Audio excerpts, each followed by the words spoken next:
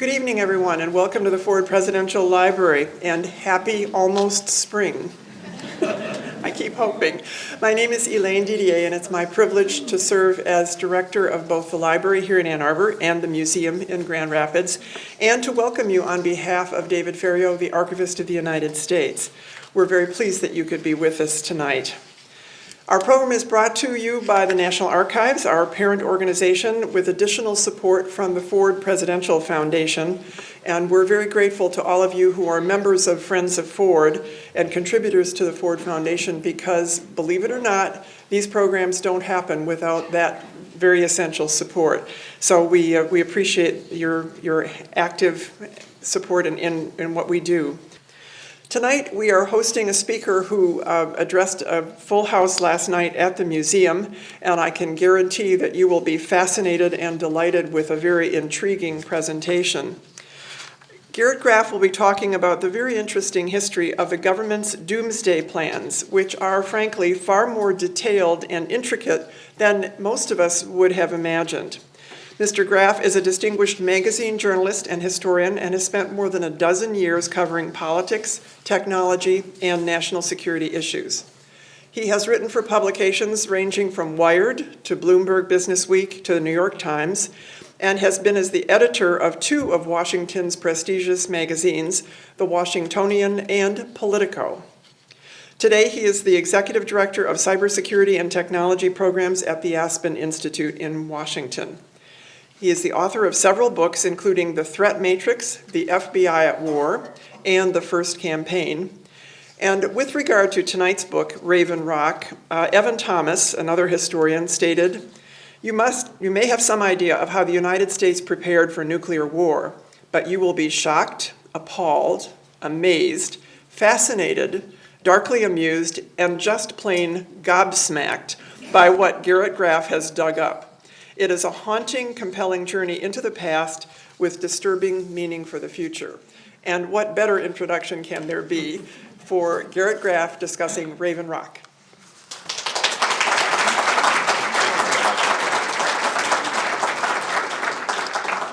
Good evening, everyone. Thank you so much for coming tonight. I am really pleased and excited to be here.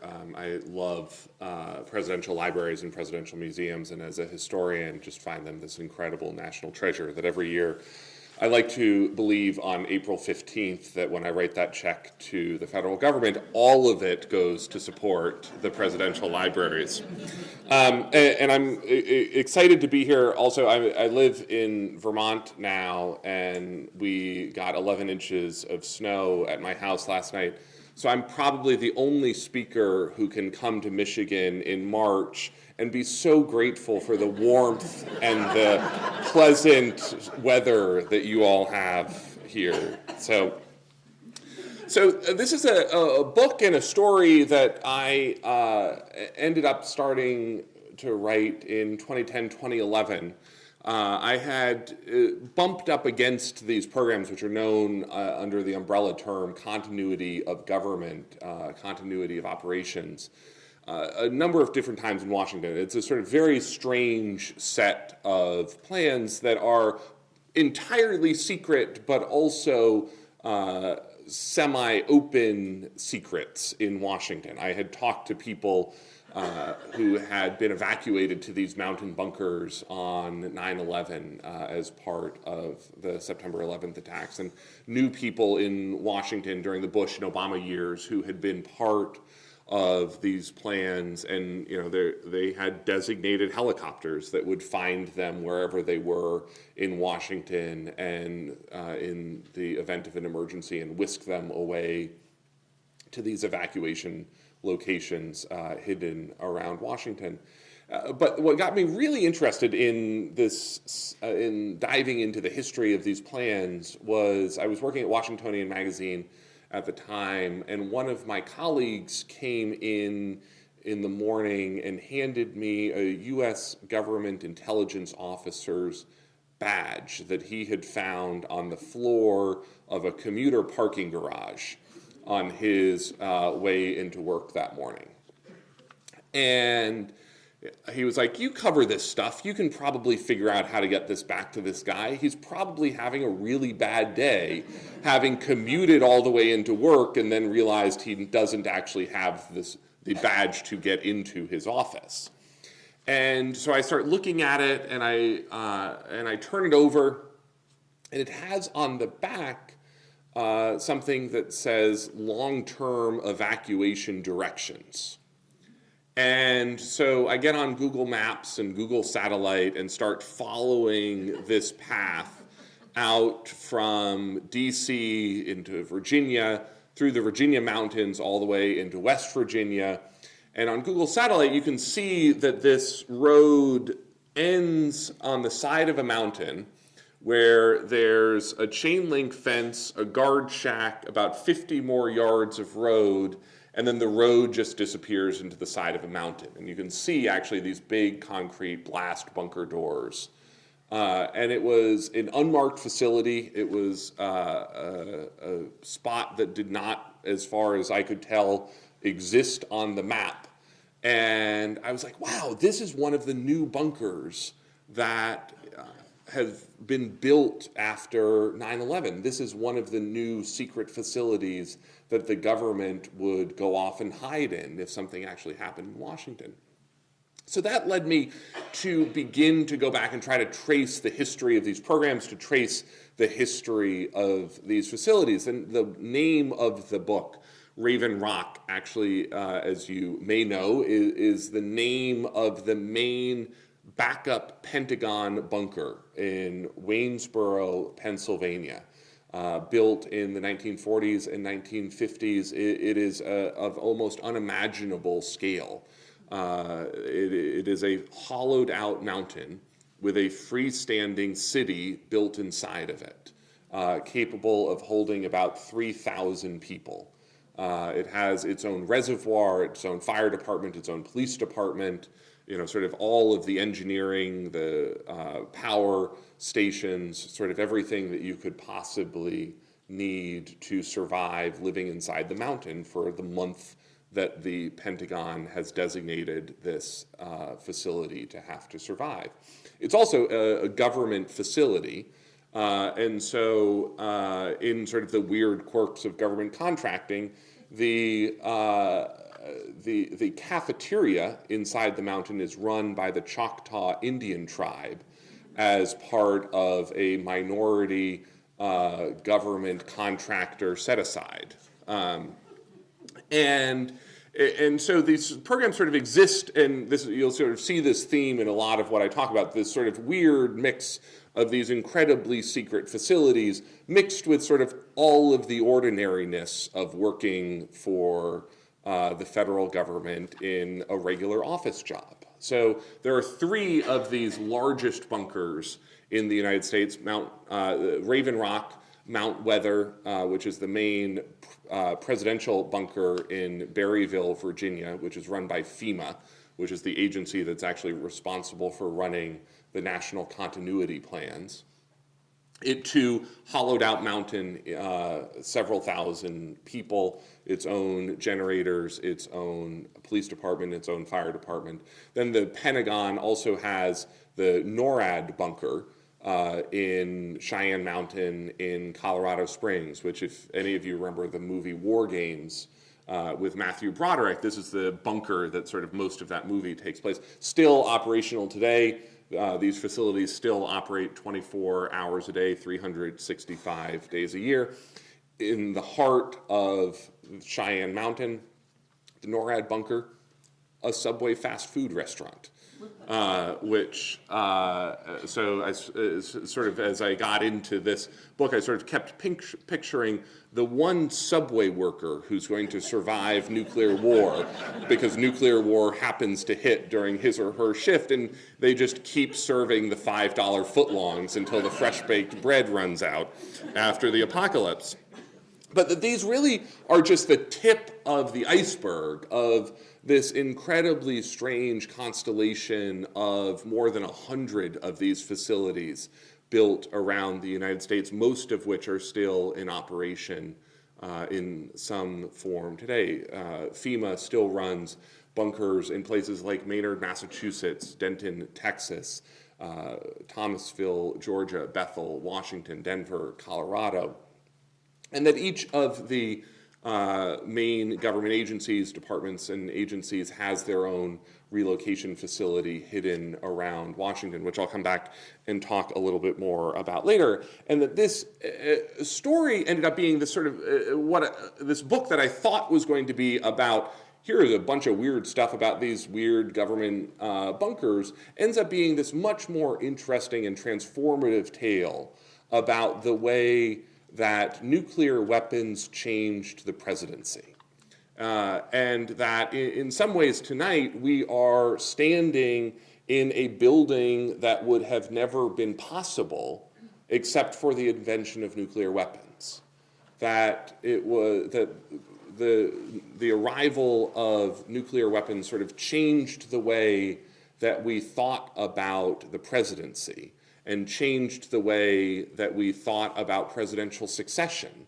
And so after 150 years of American history, during which we did not actually have particularly good presidential succession plans, for more than 40 years of the first 150 years of American history, we actually didn't have a vice president, that either the vice president had died or the president had died and the vice president had taken over, and we didn't have any mechanism to replace a vice president short of the next election. And we didn't have, yes, the Speaker of the House and the President pro tem of the Senate were next in line, but those jobs actually, for much of American history, only existed when Congress was in session.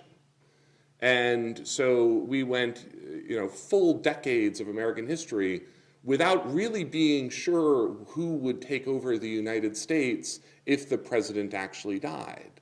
And so this was something that came up in the atomic age that we solved with the 25th Amendment, which was used for the first time to install Gerald Ford as the vice president of the United States midterm, such that I would posit to you that if it wasn't for the invention of nuclear weapons, Gerald Ford might have never ended up being president. And that this arrival of this new technology transformed in a myriad ways how the presidency operated. It was as late as 1935 when FDR was dedicating the Hoover Dam.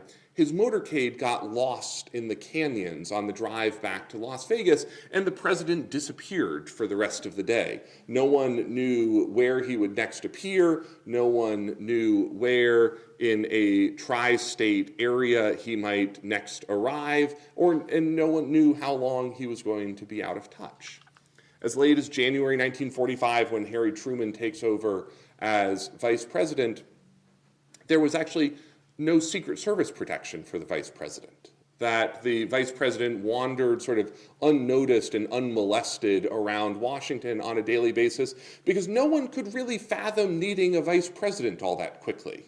And so sort of as long as, by the end of the day or maybe tomorrow morning you could track down the vice president, that was as quickly as anyone could imagine before nuclear weapons that you would actually need a president in place to make decisions.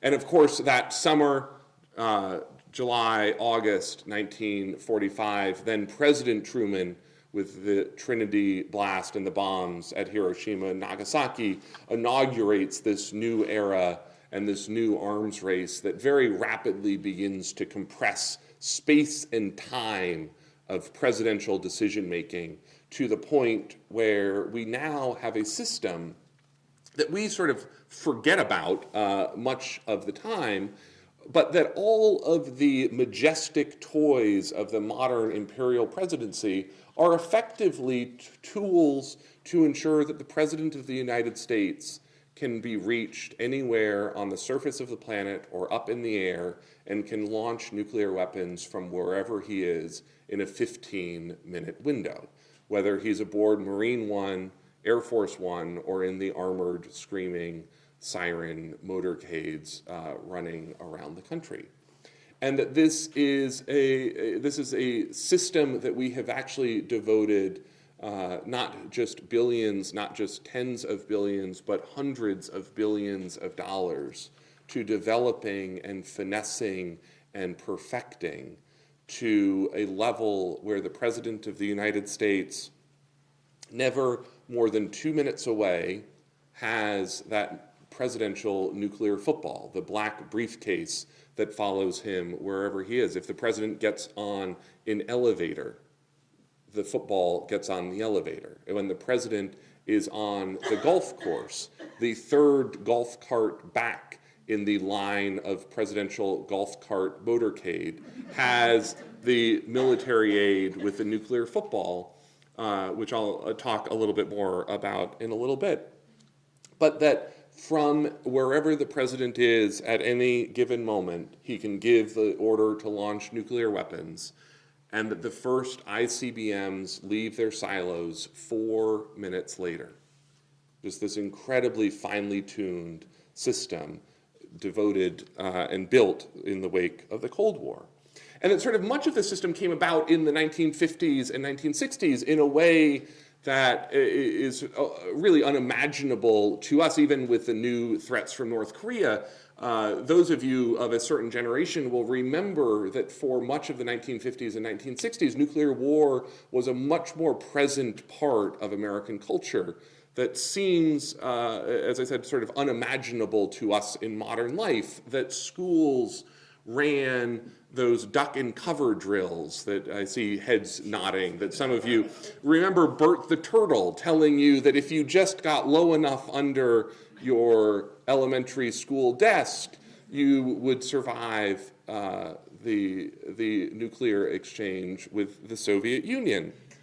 And that every summer through the 1950s, the United States ran these incredibly elaborate national nuclear drills, the Operation Alert exercises, where the president and his cabinet would disappear into the mountains to the facility that was then an undisclosed location, but we now know was Mount Weather, and that they would set up these tent camps atop Mount Weather, and that the president and his cabinet would run the country from the mountains for days at a time, and the media would go out and cover it and sort of talk about all of the exciting work that they were doing at this undisclosed location. That in New York City, they would close the stock markets and the buses would pull over and everyone would flee or practice fleeing into the fallout shelters, which you probably still can spot the rusting orange and black fallout shelter signs on post offices and elementary schools and city halls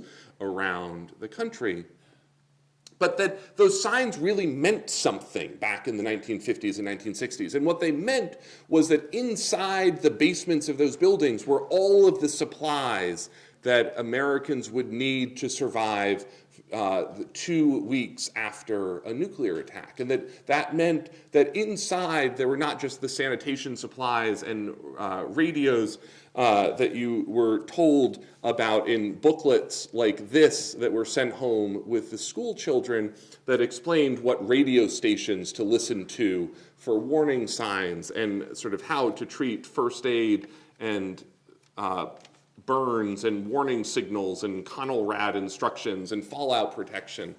But that once you got inside the bunker or inside the fallout shelter, you would have the survival biscuit, the USDA's special recipe, mass-produced by Nabisco and Kroger, 160 million pounds of survival biscuits, manufactured, sealed inside tins, put inside the fallout shelters, and that each adult in the fallout shelter would be given 6 crackers per day through the 2 weeks of the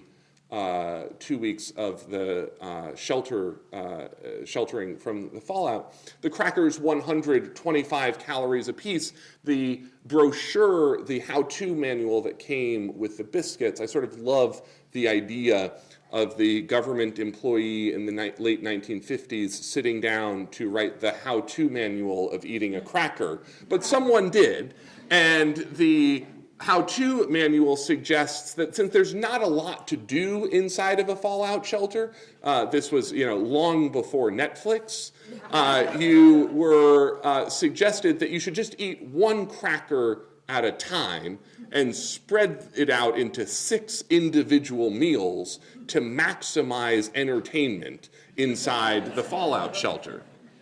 And that you would come up out of the fallout shelter at the end of those 2 weeks, and the government had ready triage tags, mass-produced, pre-located around the country that could be used to identify bodies in the streets with where their locations were found and who had sort of died without making it to the fallout shelter, and that all of us who survived would then flee into our closest national park.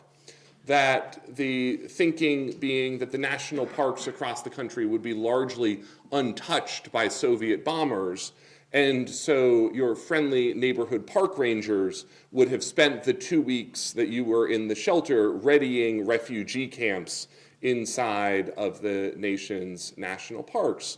And that once you arrived in Yosemite or Yellowstone or wherever your closest national park was, you would get this, Form 810 from the U.S. Post Office, the safety notification card. This is the postcard that told the government and your friends and family that you had survived the Soviet attack.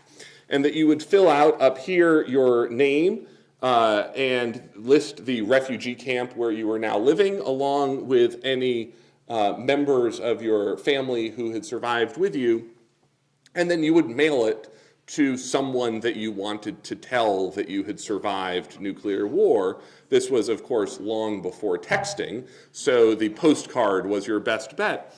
And that the post office would recollect all of these. Again, these were mass-produced, located in every post office around the country, ready for nuclear war, and that the post office would then be the agency in charge of registering the dead and figuring out who was still alive, the post office being the agency that has the most accurate records of sort of where Americans live day to day. Now, the good news, by the way, is that the postage requirements are suspended after nuclear war. So there is no postage necessary. So when you get home tonight, you can take those forever stamps out of your bug-out bag. You don't actually need to take them with you. But that the government had sort of given incredibly careful thought to every aspect of what American life would be like after. And so the IRS had this incredibly detailed plan for how they would levy taxes in the wake of nuclear war, because of course there are only 2 constants in life, and so if you didn't get the one, you still had the other. And the IRS's plan was that it was going to be unfair to try to levy anything like property taxes, because some people would have had their properties destroyed by the nuclear bombs and some people wouldn't, and so it would be an unequal tax situation. And so they had this plan to install a European-style VAT consumption tax that would be the equitable way to raise revenue after nuclear war. And that the Federal Reserve in a bunker inside Mount Pony, Virginia, had their own relocation facility, which didn't just have room for the chairman of the Federal Reserve and the Board of Governors, but it had $2 billion cash waiting for when, which was the amount of money that the government calculated would be required to last 18 months before the Bureau of Engraving and Printing could rebuild its printing presses and get back to printing currency. But again, in sort of the way that like government decision-making goes, it was mostly in $2 bills. Because in the 1970s, when the US, if you remember, reintroduced the Thomas Jefferson $2 bill, turned out Americans didn't really want to use it. And so rather than pulp them, the government shrink-wrapped them and put them away for doomsday, figuring that after the apocalypse, we would be a lot less choosy about what types of currency we wanted to use. And this sort of ends up being this incredible system that existed of sort of this shadow government and shadow procedures and plans just waiting for doomsday. But at the same time, we built these incredible systems and vehicles and constellations of not just these bunkers, but Navy ships at sea and armored railroad command posts and airborne command posts that would shelter the president and the nation's leaders, such that during the 1960s and 1970s, there were two special Navy ships, the USS Wright and the USS Northampton, that were known as the National Emergency Command Post Afloat, the NECPA, which both one of these ships was always on station off the Atlantic coast to such that the president could be evacuated by helicopter from Washington, fly to the NECPA and run the nuclear war for months at a time from sea. One of the sort of weird factoids of this is that Bob Woodward, the Watergate journalist, actually did his Navy service as one of the nuclear emergency action officers aboard the NECPA, such that if Lyndon Johnson had ever gone to war with the Soviet Union, he would have arrived at the NECPA and Bob Woodward would have been standing there to explain to him how nuclear war would unfold and to give him the launch codes.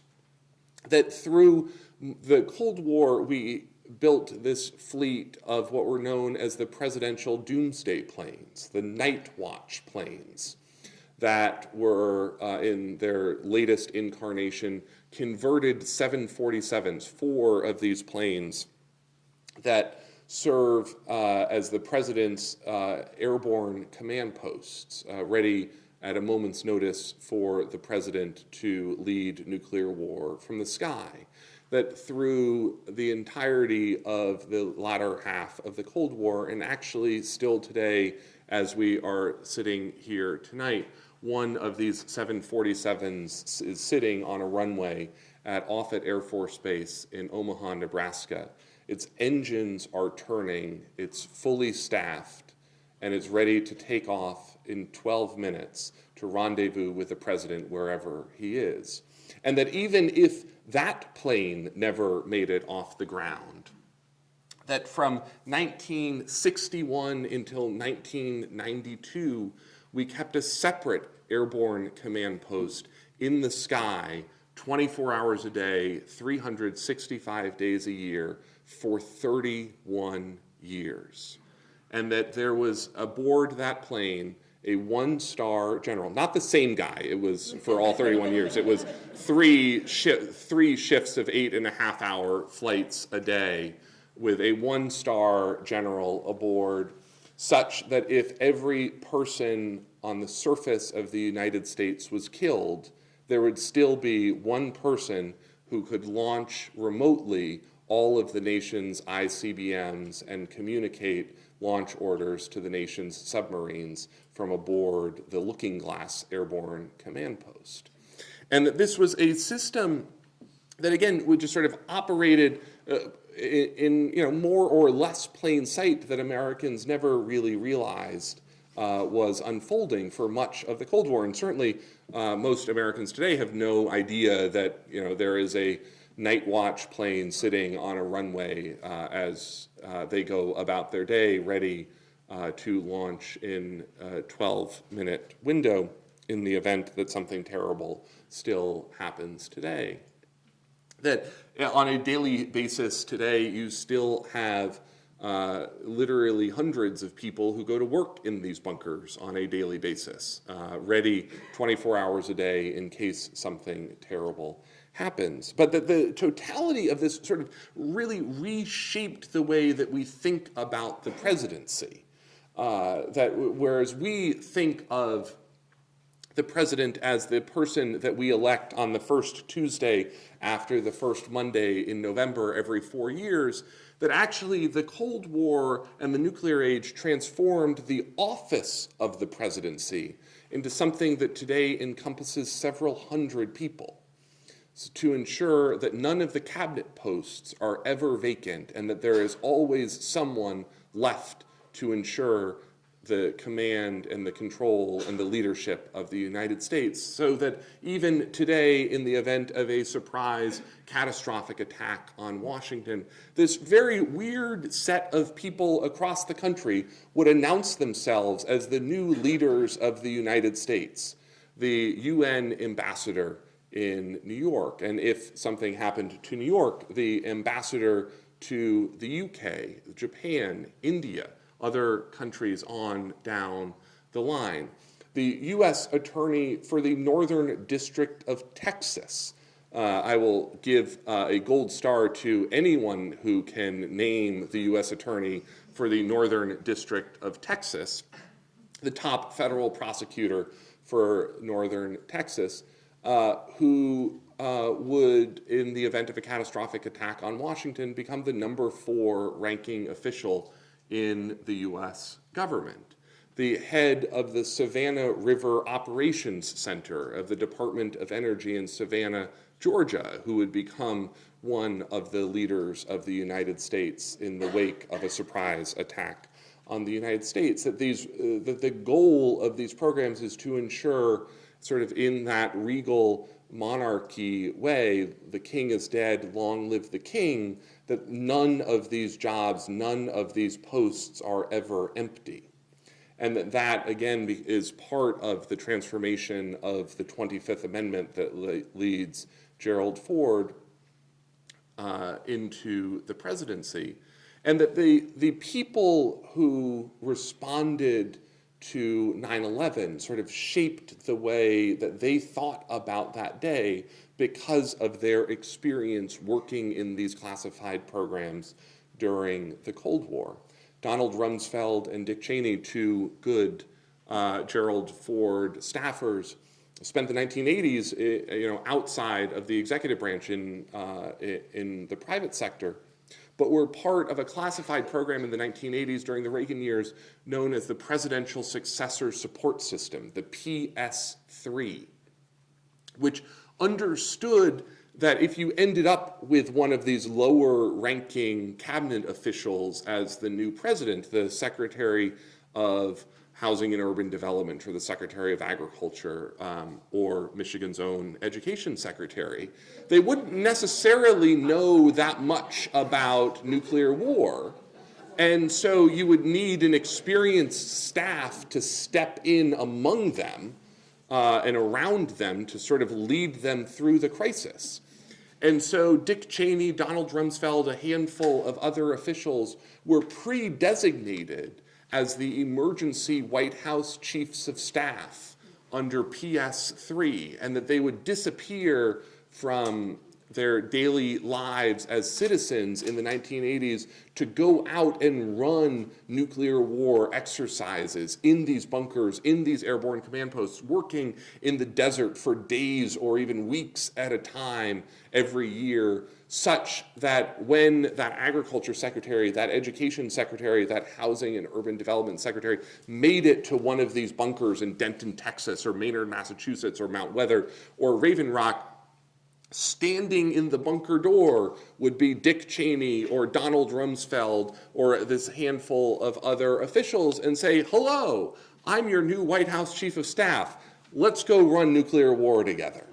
And that it was sort of this incredibly elaborate system where we had built this entire shadow government to ensure that not just that these jobs were never vacant, but that there was always going to be sort of a core of well-trained, thoughtful staff ready to surround them and help lead them through the crisis. And of course, this world of planning for something that never happened has had much more tangible impacts on our daily life as well. I would imagine that almost everyone in this room uses at least 2 of the outgrowths of the US government's doomsday plans on a daily basis. First, the information superhighway, which was originally started by the Pentagon as a way to build a decentralized communication system that would survive nuclear war, that led eventually to the invention of the internet.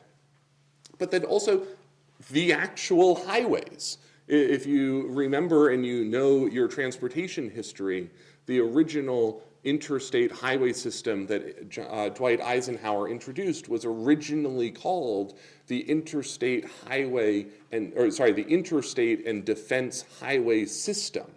That the 31,000 miles of interstate highways that we built in the United States were originally intended in part to speed the evacuation of urban areas and to speed the movement of war material and relief supplies around the United States in a crisis.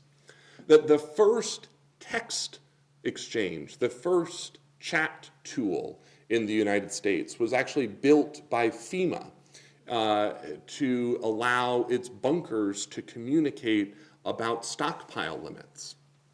The original reason that there was a character limit, the original 140 character tweet, was actually the government FEMA employees wanting to make sure that no one tried to write a memo in the chat program, and so they kept the character limit short to ensure that it would only be used for urgent communications in an emergency. And that these programs end up having this very strange public legacy over the course of the Cold War, and that actually even the tool that we use today to make airplane reservations, anytime you go on Expedia or Orbitz or whatever travel website you use, that software was actually originally designed to track incoming Soviet bombers as part of the Air Force air defense radar system, and sort of only migrated into the civilian transportation sector, aviation sector, once we had no need to track Soviet bombers anymore. That these sort of ends up being all of these strange tools that gave rise to the modern world in which we live today.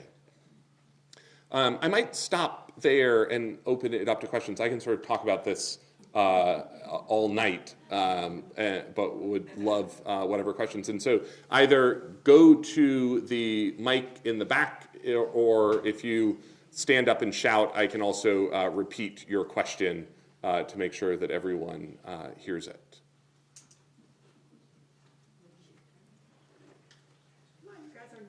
Oh, all right. What's your clearance? So the question is, what's my clearance? And this is, none is actually the short answer. And what was fascinating about going back and writing about this is that so much of this history, so much of these plans is a study in how hard it was to move information before the modern internet. That so many of these facilities were actually relatively well known in their own communities. You know, that they're, if you went to Waynesboro, Pennsylvania, everyone there knew about Raven Rock, but they were proud of it. They had, there had been thousands of people who had worked on the creation and the construction of these bunkers, but they kept it to themselves. And in these small mountain hamlets, Waynesboro, Pennsylvania, Berryville, Virginia, Peters Mountain, Virginia, Mount Pony, Harper's Ferry, the information just didn't go very far. You know, it wasn't like there was a way to post on Wikipedia that, to contribute sort of your little tidbit of Raven Rock knowledge in the 1950s. And so much of these facilities ended up being more or less total secrets through the Cold War. And some of them actually were really, truly total secrets for much of the Cold War. The Greenbrier which was the congressional bunker in White Sulphur Springs, West Virginia. If you ever have the chance and are anywhere close to White Sulphur Springs, West Virginia, it's open to the public now, and it's a fabulous tour. It's a fascinating tour. The Greenbrier is this luxury golf resort outside of about 4 hours outside of Washington, where Congress built an actual bunker in the mountain behind it that would have held all of the House and the Senate. And you can go in there now, and there's one room that held that would have been the Senate chamber, and one room that would have been the House chamber. And they had these dormitory bunkers or dormitory beds all lined up inside of the bunker by seniority, and each member of Congress had their own little drawer with their eyeglass prescription and prescription medicine that was sort of moved up the ranks of the dormitory beds as they gained seniority. But this was run by the forerunner of FEMA through the Cold War by a front company that the resort told people was the resort's AV technicians, and that they would maintain, the televisions and radios and, the conference hall equipment in the Greenbrier, and then sort of duck behind these fake doors and go work in the bunker for the rest of the day. And I talked to, at one point, the guy who took over the Greenbrier as the general manager in the early 1980s, and he was explaining to me sort of how he uncovered the bunker, because it was a secret even to the employees of the Greenbrier. And he came to the property, and sort of as he began to sort of go through the books, he's like, seems like we have a lot of AV technicians for this facility. Like, we used to have a lot more. And then he got this purchase order at one point that crossed his desk for something like 130,000 gallons of diesel fuel. And he was sitting there looking at it, and he's like, we have one truck that runs on diesel at the Greenbrier.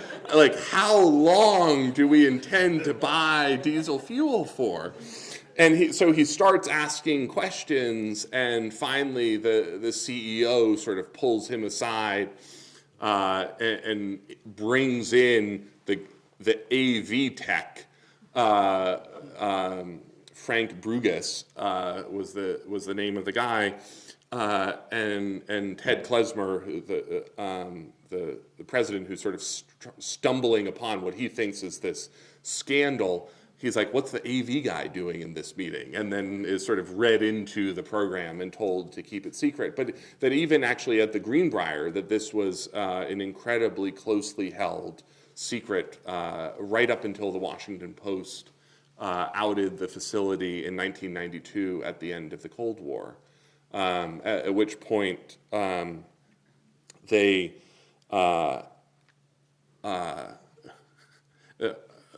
Ted told me sort of the story of being there the day that the Washington Post outed this, and this truck pulls up at sort of the back entrance to the bunker, and the AV techs start immediately offloading what turns out to be effectively the armaments for a small infantry platoon that had been hidden inside the bunker, and loading them onto the truck, and the truck takes off, and Ted says, well, what are you guys doing? And the guys at Forsyth Associates was the name of the front company, and the head of Forsyth Associates says, do you want to be the person who tells Congress what we were planning to do with those weapons? And so then by the time Congress actually shows up, because Congress didn't actually know about Congress's bunker, by the time Congress actually shows up to begin inspecting the bunker, there are no longer any infantry weapons hidden inside the bunker. Yeah.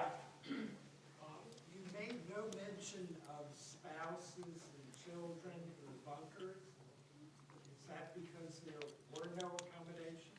Yeah, so this is the question of what happened to the spouses. And the answer is there were no accommodations for spouses or family. And that this was not a surprise to people. This was actually a problem noted during the literal first government evacuation exercise in Operation Alert 1954, where the president, Eisenhower's cabinet, and all of their secretaries take off for the bunker, and the wives sat at home for the day playing gin rummy in what was described by one of the news articles as a very chilly atmosphere awaiting the return of their husbands. And this becomes, and so this was not a surprise, but becomes sort of this running problem through the course of the Cold War, and becomes actually this, what makes these plans, I think, so fascinating is this intersection between sort of what they look like on paper and what would have actually happened with human psychology in the moment of one of these attacks. And so at the Greenbrier, they did not have room inside the bunker for congressional spouses and families. And so the members of Congress and their secretaries would have raced into the bunker, and the Greenbrier had set aside space outside of the blast doors for family and children to be sheltered. I'm sure that would have gone over very well in the moment. And that this sort of becomes this thing where sort of the people who are involved in these plans sort of really struggle with whether and how they would have responded. Chief Justice Earl Warren, when he takes over at the Supreme Court, a staffer comes over from the Office of Emergency Preparedness, which is what the agency was called then, and gives him sort of the doomsday briefing and hands him his evacuation pass to Mount Weather. And he says, well, I don't see a pass here for Mrs. Warren. And the briefer says, well, sir, you have to understand you're one of the 2,000 most important people in the U.S. government, so the pass is just for you.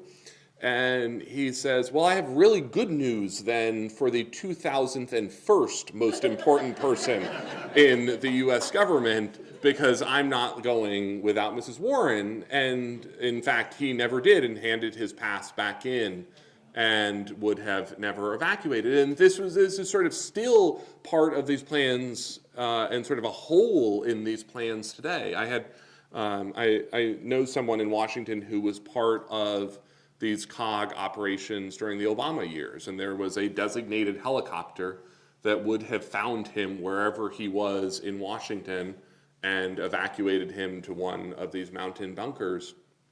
And he had 2 young daughters.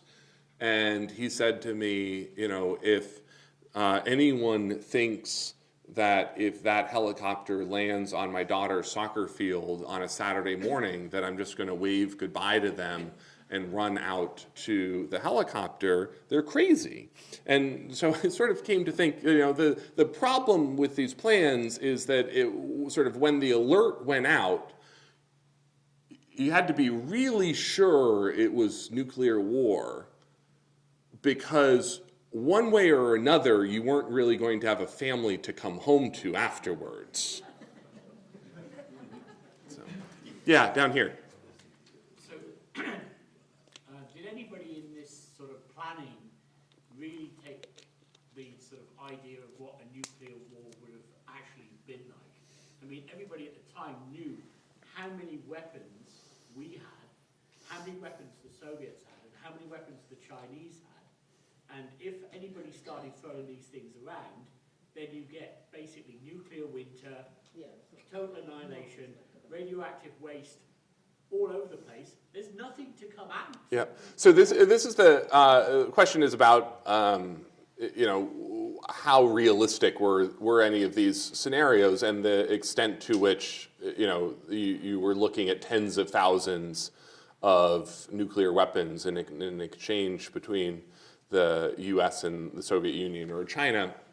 And what is sort of interesting about the way that these plans unfold is, nuclear war sort of goes through distinct eras, where sort of one of the things that we sort of forget about because we know where the Cold War ends is that for much of the first 15 or 20 years of the Cold War, nuclear war was sort of seen as a potentially survivable scenario where you were dealing with Soviet bombers, and so you would have 8 to 10 to 12 hours worth of warning. You were dealing with atomic bombs, not hydrogen bombs, not thermonuclear bombs, and you were dealing with scores of bombs, not thousands of bombs. And so sort of when you look at these scenarios through, and remember also in the 50s and 60s, actually America was more rural than it is now. The population was sort of more spread out. And so there was sort of this idea, certainly during the Eisenhower years, but even a little bit into the Kennedy years, that, America might get hit by 40 atomic bombs, but that wasn't going to be sort of a catastrophic existential blow to the United States. And that and that's when you see sort of the height of the public parts of these exercises, these sort of mass national nuclear exercises, the duck and cover drills. Because actually, if you're dealing with an atomic bomb, getting low under your desk is actually a really good survival technique. If you are much more than about 3/4 of a mile away from an atomic bomb and you're under your desk, you might actually survive. And of course, we now know sort of how the Cold War unfolds from there, that you go very quickly from bombers to ICBMs, hours to minutes. You go from atomic bombs to thermonuclear bombs. So you go from kilotons to megatons. You go from hundreds of weapons to thousands and then eventually tens of thousands of weapons, so that ultimately you're looking at a nuclear exchange that might have involved 10,000, 20,000, 30,000 nuclear weapons. And of course, that is an incredibly different scenario and something where that becomes existential, not just for the United States or the Soviet Union, but also for the entire world as we sort of came to understand nuclear winter. But again, sort of nuclear winter was really only something that we began to wrap our minds around in the 70s and 80s, that this was something that, and this is where sort of you see the government's ambitions for nuclear war shrink, that we sort of lose the backyard fallout shelter push, that we lose the push to evacuate urban areas, and the government plans shrink to effectively what they are today, which is a finely tuned system that will hide a very small number of high-ranking government officials away in bunkers and up in the sky in airborne command posts, while the rest of the United States fares a little bit worse than that. And that this is sort of part of what becomes the challenge of these systems, is that they just end up being sort of too big and too complicated, which was actually a part of the planning that we actually, and you saw this even during Dwight Eisenhower's years, that sort of the push for mutually assured destruction was really seen as a way to ensure that neither country, neither superpower would ever actually go to war. And so these plans became so big and so complicated that there sort of wasn't going to be anything short of a world-ending catastrophe. And in part, that was baked into the plans, that that nuclear football that I talked about at the beginning, that black briefcase, it was, it's not the high-tech thing that we think it is from like popular culture. There's no retina scanner or palm scanner, and there's not even a big red button inside the briefcase. What it is it's 3-ring binders and a telephone. And the 3-ring binders were put there by Jimmy Carter, who was the only president that we've ever had who worked, who served in the military on nuclear weapons. He was a submariner, and he understood sort of how insane it would be to ask a president to make decisions, any sort of logical decision, during that 12 to 15-minute window that a president would have to make a decision. And so he basically had the Pentagon boil nuclear war down to a bunch of pictures, put them in a 3-ring binder, and the president would open up the 3-ring binders, and as one military aide called it, it was a Denny's menu. It was a bunch of pictures, and you would just sort of point at what type of nuclear war you wanted to order, and then you would get on the telephone and you would call Raven Rock or the Pentagon or the Strategic Command in Omaha, and you would sort of just read off the menu of what type of nuclear war, and do you want a side of this or a side of that? And that was the nuclear war that the United States would launch. But again, there wasn't a way for this to be a real calculated small effort. Like this was going to be all or nothing. Yeah. I have 2 questions. One, can you address the provisions for former presidents? Mm-hmm.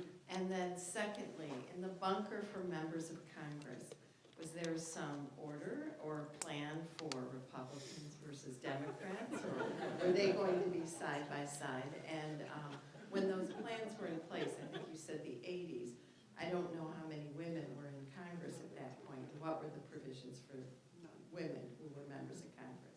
Yeah.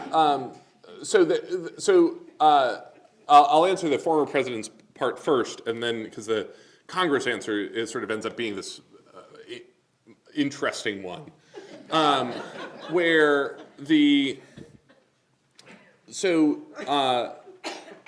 there were really no plans for former presidents, except for on this was sort of one of the most poignant things I came across in the book. On 9/11, the Secret Service went out and grabbed every single person they had ever protected.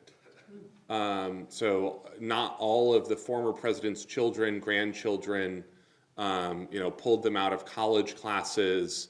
They found someone, whether it was a retired agent or sort of local police or someone, to go out and lay hands on every single person the Secret Service had ever protected, just to make sure on 9/11, sort of everyone that the country had ever cared about was safe.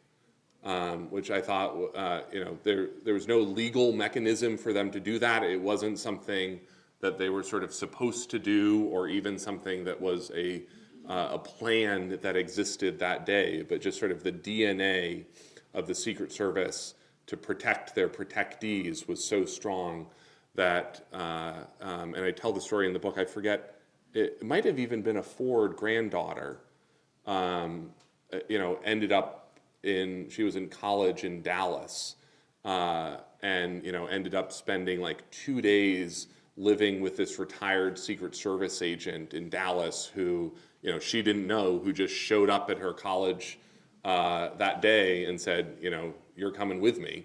And the Secret Service sort of reported, I think it was by about 1 or 2 o'clock that day on 9/11 to Laura Bush, that they had every member of the former president's families in their protection. So the Congress answer ends up being this really interesting one, because there were no real plans specifically for members of different parties in the bunker, although there's space for the Speaker of the House and the Majority Leader and the Minority Leader. But part of what also ends up being so interesting about these plans is they all have modern analogs. I have in the book what these plans used to be. All of these plans still exist in some sort of modern form. So there is this set of plans in the modern context that's known as enduring constitutional government, ECG. It's the most highly classified set of the modern continuity plans. And it's about how the three branches of government would work together after an emergency. And what we know about it, or what we think we know about it, is that it effectively suspends all normal government operating procedures and empowers some small rump Congress to act on behalf of Congress for the duration of the emergency. And that we know that in part because the modern version of these plans is that we're sort of all familiar with the designated survivor, the Kiefer Sutherland show, where there's one cabinet official who's hidden away during States of the Union or presidential inaugurations or other high-profile events. But since 9/11, there's now a congressional designated survivor who is also hidden away in those moments, so that there will always be at least one cabinet official and one member of Congress who survives. Now, as everyone knows, that only matters if sort of the normal situation is suspended, because under normal circumstances, one member of Congress is powerless. And can't do anything. Now, whether like 535 members of Congress can actually do anything is like a separate question for the modern context, but at least we know that one member of Congress can't actually do anything. But there's some reason in the government's modern secret version of these plans that it's worth preserving one member of Congress. And that we sort of assume that person basically runs government along with whoever the member of the president's cabinet or the presidential successor is who survives, and that probably the two of them under ECG principles and protocols become sort of the leaders of the country after a catastrophic attack. And of course, we won't know until this new plan is sort of randomly announced to us in a moment of national emergency. But what just sort of part of what I find so interesting about diving into this is how quickly the thinking about what it takes, if you're going to preserve America, what are you preserving? And it becomes this very existential question very quickly of what is America? Are you trying to preserve the presidency? Are you trying to preserve the three branches of government?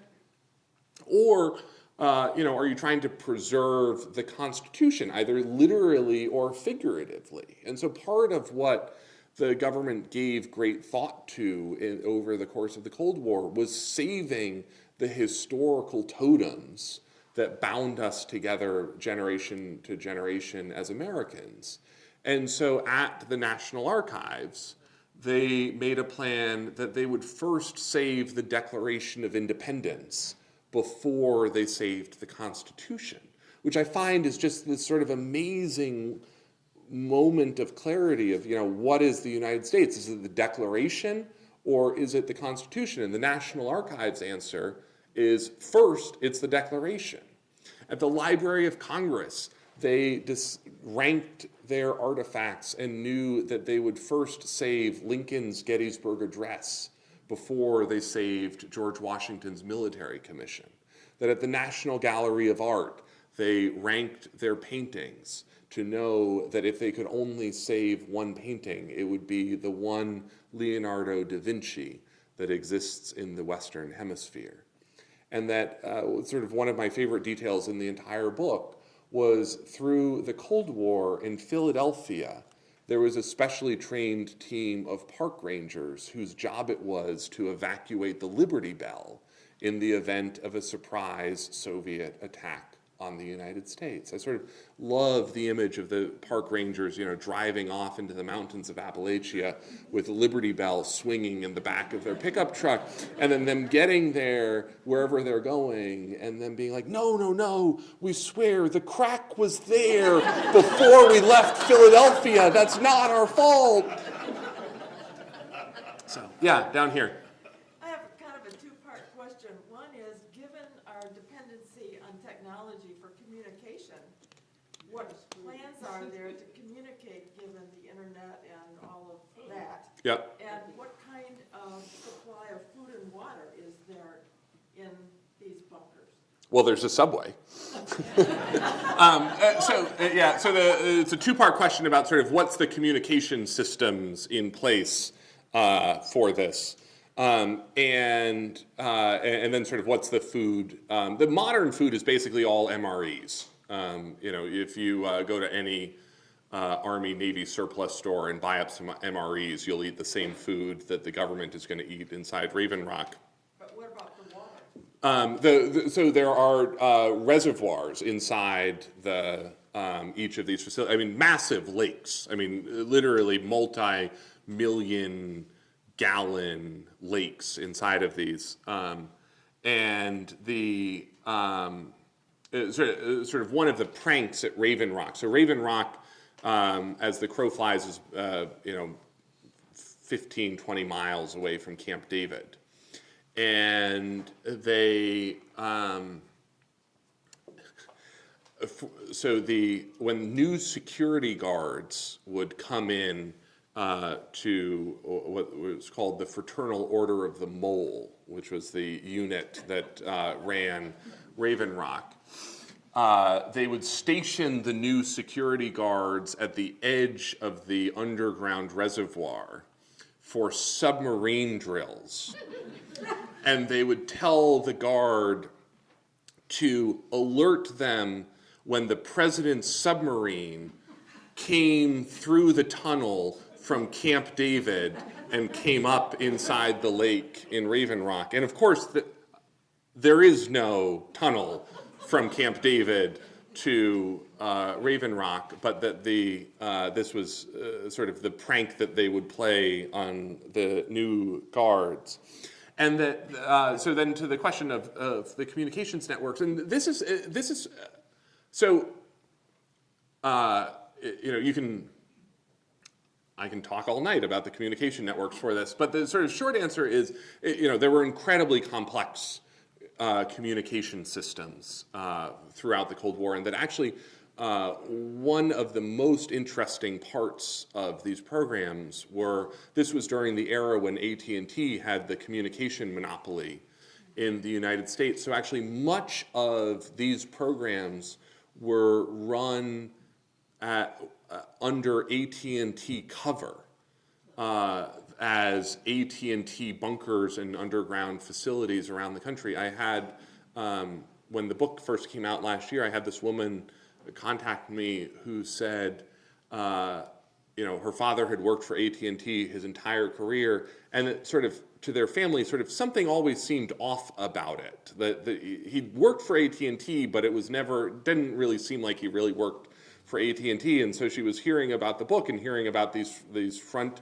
bunkers that AT&T ran around the country, and she was like, I instantly knew that's what my dad had done for his entire career, and that actually to this day, if you go on Google Maps and Google Satellite and look at Peters Mountain, Virginia, which is the backup CIA bunker, atop the mountain, the helipad on Peters Mountain has an AT&T logo painted on it that you can sort of see from Google Satellite. But what sort of also is interesting about this is sort of how poorly these communication systems actually worked in practice. And on 9/11, sort of the country realized that that the systems just didn't work, and that actually, the president on 9/11 was put aboard Air Force One. He was in Emma Booker Elementary School in Sarasota, Florida, reading to that classroom. Hustled aboard Air Force One. Air Force One sent off into the sky to fly around the Gulf of Mexico for the day. And that in September 2001, Air Force One didn't have satellite TV. And so the only way that the president got TV coverage was the Air Force One would fly low over local cities to pick up TV on its rabbit ears antennas and be able to, sort of catch glimpses of what was unfolding. That it wasn't actually until the president landed at Barksdale Air Force Base at about 11:30 in the morning on September 11th that he saw the Twin Towers fall. That, for the president, he saw that like 2 hours after America had watched that live on TV. And that it's sort of incredible that despite all of this effort, all of this money, that actually the President of the United States on September 11th was less informed for the majority of the day than the average American sitting at home watching CNN. Yeah. Last question. You mentioned something about the plan when Obama was president, and now there's a secret plan that you don't seem to know much about. So who is it that initiates the changes? So it's still this. So there are tactical levels of the plan and strategic levels, and so we know a lot about the tactics. Like if we know sort of who's in the rough lines of succession. We know who. You can look up in the sky in Washington on a daily basis and see the blue and gold helicopters from the 1st Air Force Helicopter Squadron that are up there every day practicing evacuations in the event of a catastrophic attack on Washington. What we don't know is sort of what happens after that, and that those plans are still quite secret. And we know a lot about, if you read the book, you'll know a lot about what the plans were during the Cold War. And so you sort of have to go through this thought exercise of like, well, if this was what the plan was then, there's some version of this thing that exists now that it is sort of probably looks a lot alike, but is slightly different. So, through most of the Cold War, we all know the president's football.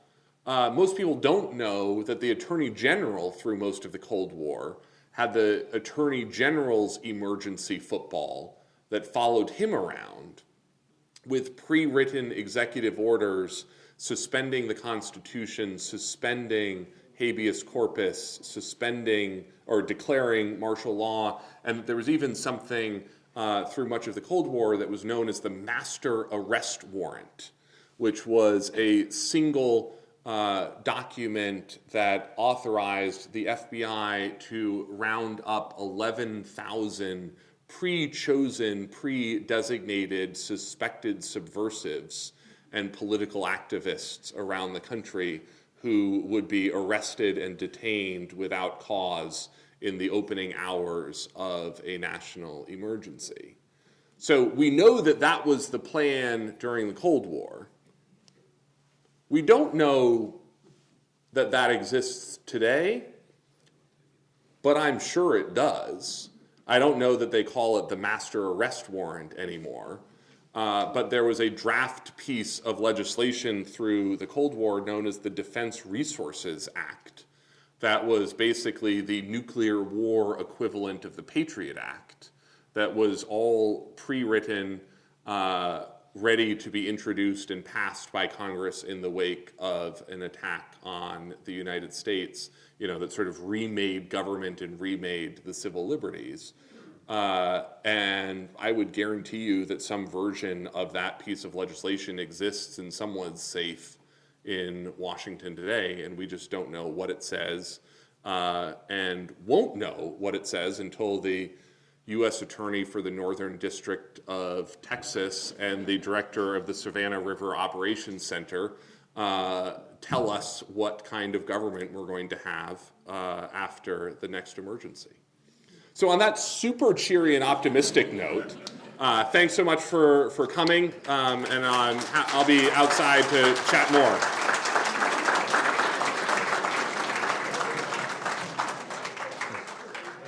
And as usual, we have a gift for our speaker. We have President Ford's signature on a couple of pens Oh, wonderful. that you can use to sign your copy of this fascinating book. So thank you so much for Thank you so coming. much. And also, before we leave, I want to introduce a special guest. I should have done it earlier. We have a doctoral student from Cardiff University who is on her first day of work at the Ford Library. She's here on a 2-month scholar in residency program, working in collaboration with professors from Cardiff and also Grand Rapids Community College, and started a project. So she's a little bit jet lagged, but please welcome Tia Cully and say hi and welcome her to Ann Arbor. So in the lobby, we have information about joining Friends of Ford or signing up for our email notices if you're not already on those lists or a member. We have lists of upcoming programs and, of course, a book signing and, as always, refreshments. So enjoy the reception, and thank you all for coming.